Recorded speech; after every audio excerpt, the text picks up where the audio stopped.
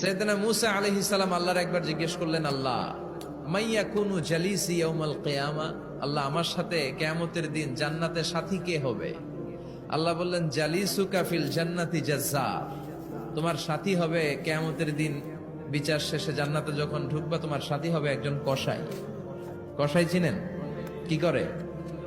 গোশত কাটে। সাইয়েদনা মূসা আলাইহিস সালাম অবাক হলেন, ঘটনা কি? কসাই, আমি হইলাম নবী আর আমার সাথে জান্নাতে থাকবে? হাউ কাম ইটস পসিবল, এটা কিভাবে সম্ভব? আল্লাহ বললেন, নিজেই দেখে আসো এটা কেমন কসাই। সাইয়েদনা মূসা আলাইহিস সালাম ছদ্মবেশে কসাইয়ের দোকানে দাঁড়িয়ে রইলেন। দেখলেন স্পেশাল বিশেষ কোনো আমল নাই, কসাই শুধু গোশত কাটে, গোশত বিক্রি করে। দিন শেষে দোকান বন্ধ করে প্যাকেটের ভেতরে গোশত নিয়ে বাড়িতে রওনা হয়েছে। বাড়ির ভেতরে ঢুকে যাওয়ার পর সাইয়েদনা মূসা আলাইহিস সালাম ঘরের দরজার কড়া নাড়লেন। কসাই বলে, মান আনতা, তুমি কে?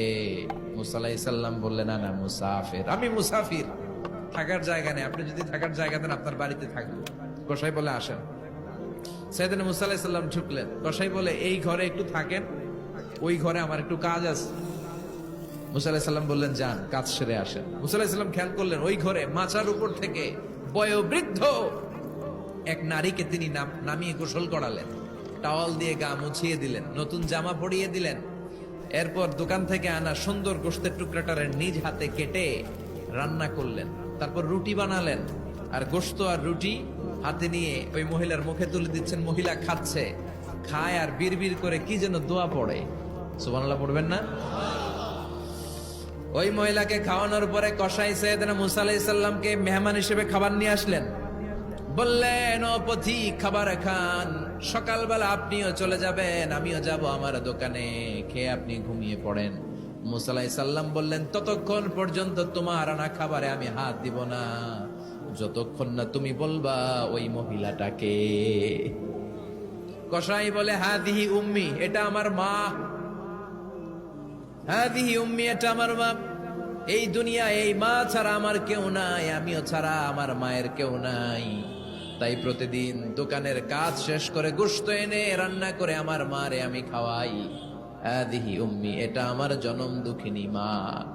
সাইয়েদনা মূসা আলাইহিস সালাম, বুঝলাম তোমার মা, কিন্তু তুমি যখন রুটি তোমার মায়ের মুখের ভেতরে তুলে দিচ্ছিলে, তোমার মা বিড়বিড় করে কি যেন পড়লো, কি পড়ে তোমার মা? কসাই বলে, আমার মায়ের একটা পাগলা দোয়া আছে। কি দোয়া? আমি জানি কশিন কালো এই দোয়া কবুল হবে না। আবেগের বশবর্তী হয়ে প্রতিদিন আমার মা আমার খেদমতে আমার উপর এত সন্তুষ্ট হয়ে যায়, এত খুশি হয়ে যায়।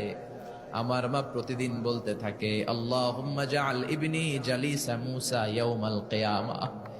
ও আল্লাহ, আমার ছেলের খেদমতে আমি এত সন্তুষ্ট, আমার ছেলের উপর আমি এতটাই রাজি খুশি।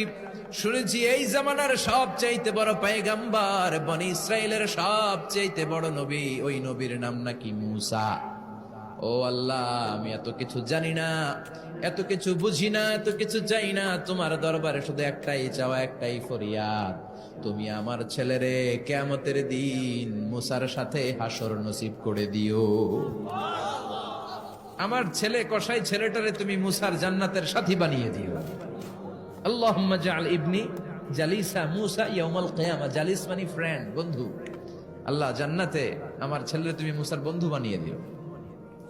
মূসা আলাইহিস সালাম এবার বুঝতে পারলেন।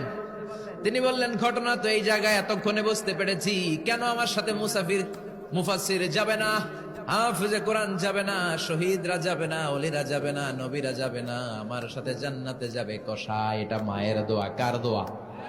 মায়ের দোয়ার দরকার আছে না নাই?